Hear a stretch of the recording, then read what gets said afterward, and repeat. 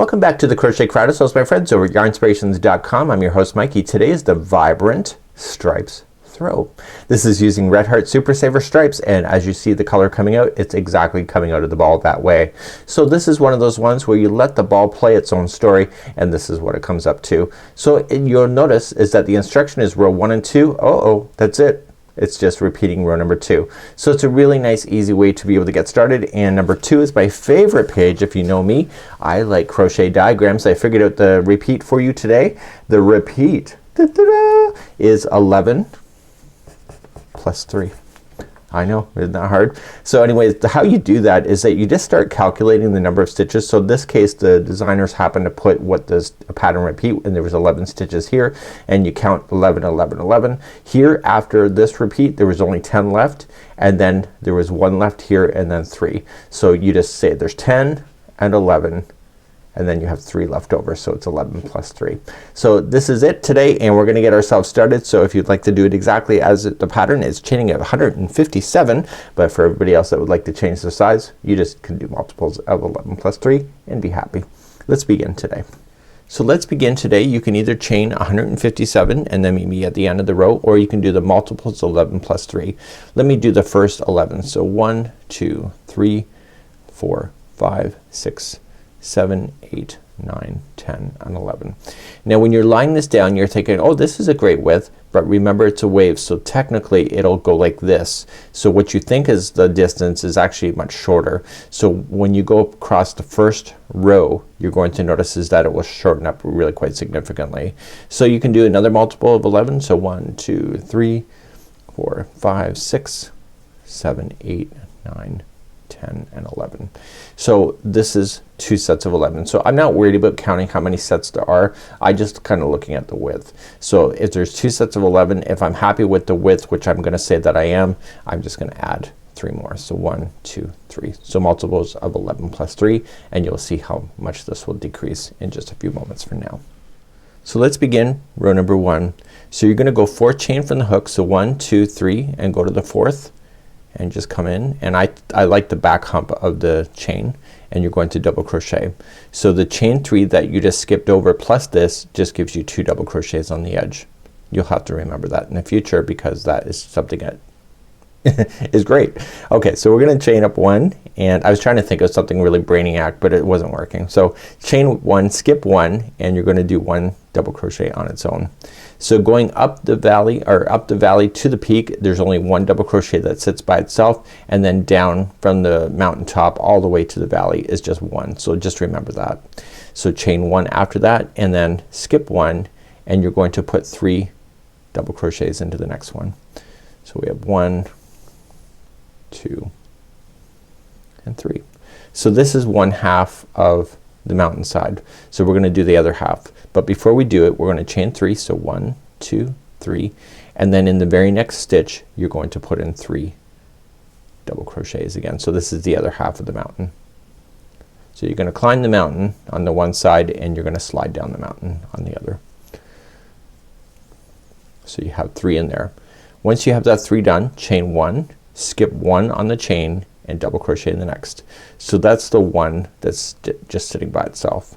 If I were to give you an analogy, just think of it like these are the ski lifts, and this is a, a ski chair. So it's the ski chair going halfway up. So just kind of remember that. I was kind of like looking at memory hooks. So chain up 1 after that, and then you're going to skip the next one, and then over the next 3 stitches you're gonna put a 3 together double crochet. So just wrap the hook, so skipping 1, go to the second, pull through 2 and hold, and do the next one, pull through 2 and hold, and then do the next one, pull through 2 and hold. So you should have a total of 4 loops on the hook. Yarn over and pull through all 4. And now we're gonna go up the mountain. So you're going to, once you have that done, you're going to chain 1, skip the next one, and this is your ski chair going up. This is 1 by itself, chain up 1, skip 1, and now you're already at the top of the peak, so it's just a small little mountain, and you'll put 3 double crochets in the next one. And on the top of the mountain you're going to chain 3. So 1 2 3, and then start in the next one. You have to slide down the mountain, so start first at the peak, so put in your 3 double crochet,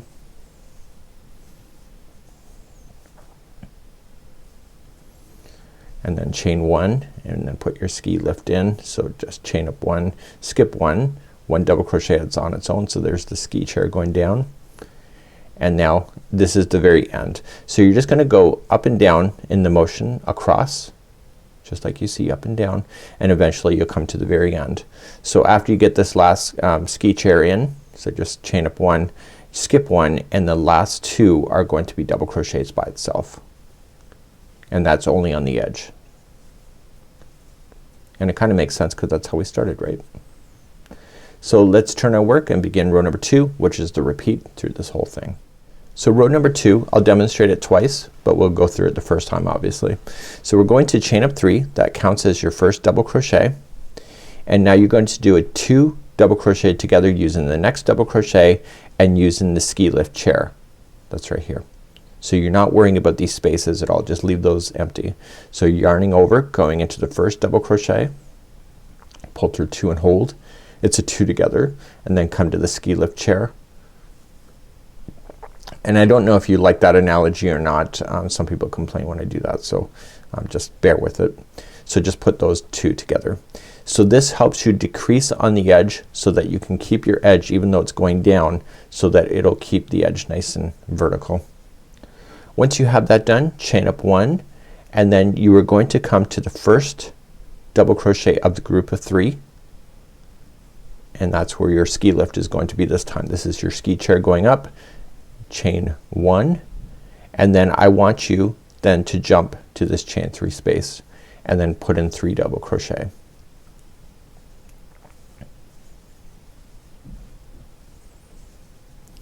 Okay, and then chain 3 to go over the mountain, and then you're gonna slide down the other side. So using that same space, put in 3 more double crochet. So you can see it gets a lot easier. You just gotta look for spaces, right? So after you get that done, chain up 1, and you were looking for the last stitch of the group of 3 that was in the last mountain top. That's your first stitch, so that's your ski lift going down. Chain up 1, and now you got to do your 3 together. So the 3 together will be the old ski lift chair, it'll be the base of the mountain, the valley, and then it'll be the next ski lift chair, and that's gonna be your 3 together. So wrap, coming in, pull through, come into the one where they're grouped, and then come into the next one. So you'll have 4 loops on the hook. Pull through all 4. Chain 1 to restart, and you're going to make the next ski lift chair. So it's gonna be the first one of the grouping of 3, and then chain 1. So there's your ski lift chair going up, and you're back at the mountain top again, so you'll put in your 3 double crochet. And don't forget to chain 3 when you're at the top of the mountain, and then start sliding down. So put in 3 first, and so you're gonna go up and down all the way to the end, and I'll show you the edge in just a second so you can see this is what it looks like. It's neat, right? So coming down the other side, so we're gonna come down, and it's the edge, so you just chain up 1, so you're coming to the last one of the grouping of 3. So there's the ski lift going down, and then chain up 1, and you're going to come into this next one right here. This is the edge, so you're gonna come into that one, and then you're going to come in to the last chain right here. So it's the 2 double crochet that are by themselves. So you can see the edge is slightly different, and when you turn your work, this is what it looks like. So I'm gonna take you through row number 2 one more time, which is the whole repeat of this whole pattern. Okay, let's show you row number 2 all over again. You're going to chain 3. 1, 2, 3. The next double crochet in the ski lift chair here is going to come 2 together as a double crochet. Chain 1, and then pick the first one of the grouping of 3. There's your ski lift chair for this one. Chain 1, and then do your mountain top. So your mountain tops will always be the same. Just remember it's 3, 3, 3, 3 double crochet, 3 chain, and 3 double crochet. So do that always on the peak. And remember to chain one after you get that done, and then start sliding down the mountain. So it's the last one of the grouping of 3 that's underneath. Chain one, and now we got to put 3 together. So it's gonna be the valley and the 2 ski lift chairs.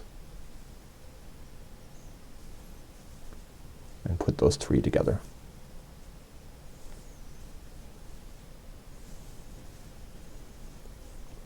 Don't forget to chain one after you get that done. So pick the first one of the grouping of 3 going up the mountain. Here's a new chair. Chain one and then do the top peak. So remember it's 3, 3 and 3. 3 double crochet, chain 3 and 3 double crochet. And so you're gonna go up and down the peaks and the valleys, just, you know, enjoying the process. It's actually a really easy pattern to be able to understand, and then eventually you'll come to the end. When you're ready for the end, here's what we're going to do. We're gonna chain up 1, come to the last one of the grouping of 3,